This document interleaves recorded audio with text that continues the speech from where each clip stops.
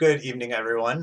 This is Alexander. I'm a children's librarian over at the LaSalle branch right now. I'm giving Joe a week off by doing an adult story time for you. I am being wholly predictable, and I am doing an essay from Terry Pratchett, probably my second favorite author of all time, behind Vonnegut, who you've already heard me do. So this one is called Thought Process, and he wrote it in 1989, and it's still accurate today as far as the process of somebody who really doesn't want to get work done trying to get some work done. And so we'll probably all relate to this very hard after this past year and a half. But let's just go ahead and get started. So get up, have breakfast, switch on word processor, stare at screen. Stare at screen some more. Carry on staring at screen, but keep ear out for sounds of postman.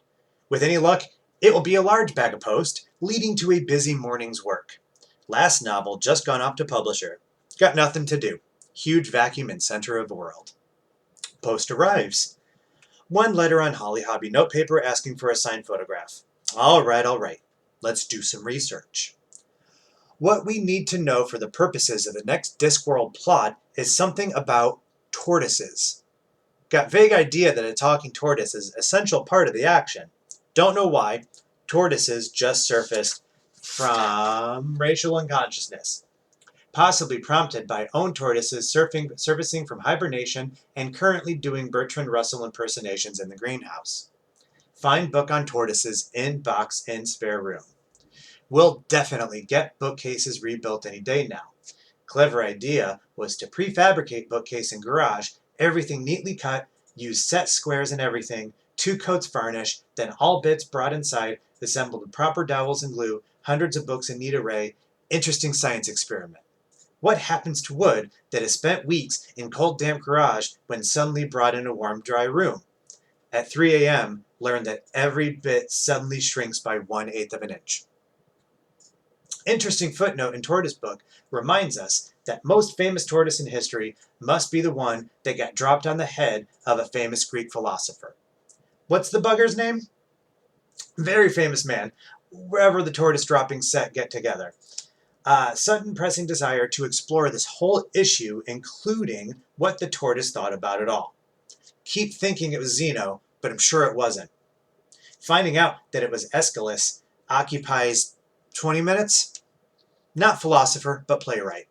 In his hands, early drama took on a high religious purpose, serving as a forum for resolving profound moral conflicts and expressing a grandeur of thought and language. And then a high-pitched whistling noise, and good night. Look up Zeno out of interest.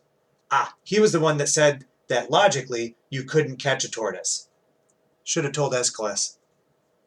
Also read up on prayer wheels, and for no obvious reason, William Blake. While so doing, lady phones up to ask if we're the dentists. Definitely getting some work done now. The creative mind spring is definitely winding up. Is it? Bound into action, press on with some serious disk backing up. That's the beautiful thing about word processors. In the bad old typewriter days, all you had to occupy yourself with when creativity flagged was sharpening the pencils and cleaning out the E with a pen. But with the word processor, there are endless opportunities for fiddling.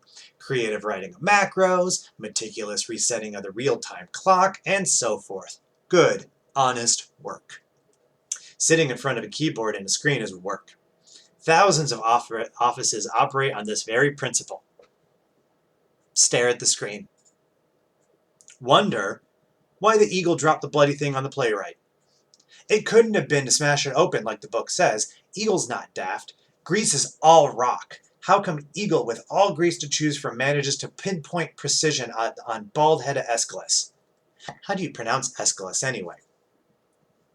Pronunciation dictionary in box and loft. Stepladder in garage. Car needs a wash. Lunch. Solid morning's work, really. Back in front of screen. Stare at screen. Another lady phones to ask if this is paradise. Motel up the road apparently has a phone number 1 digit different from ours. Give humorous rejoinder number 3. Stare at screen. Start wondering, perhaps not Eagle's fault at all. It just had a job to do. It had been flying too many missions. Geez, you get thrown out of Eagle Air Force if you start worrying about the innocent philosophers you're dropping your tortoises on. Hatch 22. No. Stare at screen. No, it was obviously Tortoise's idea all along. Had grudge against playwright. Perhaps Tortoises had been insulted in latest play.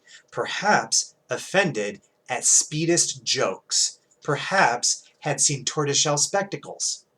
You dirty rat, you got my brother. So, hijacked Eagle, hanging on to desperate bird's legs like the tortoise in the Old Friends of Earth logo, giving directions in muffled voice. Victor 19, beep, beep, beep, beep, beep, beep. Geronimo! Stare at screen. Wonder if Eagle has anything else a desperate tortoise could hang on to. Look up Biology of Birds, an encyclopedia in box on stairs. Gosh. Supper. Stare at screen. Turn ideas over and over. Tortoises. Bald head. Eagles. No, can't be playwright. What sort of person would tortoises instantly dislike? Midnight. Stare at screen. Vaguely aware, right hand has hit keys to open new file. Start breathing very slowly. Write 1,943 words. Bed. For a day there, thought we weren't going to make it. And that was Thought Process by Terry Pratchett. A pretty accurate description of me trying to get any work done when I have the whole breadth of the internet at my disposal. So thank you guys for listening. Hopefully Joe will be back next week. And as always, come visit us when you get a chance.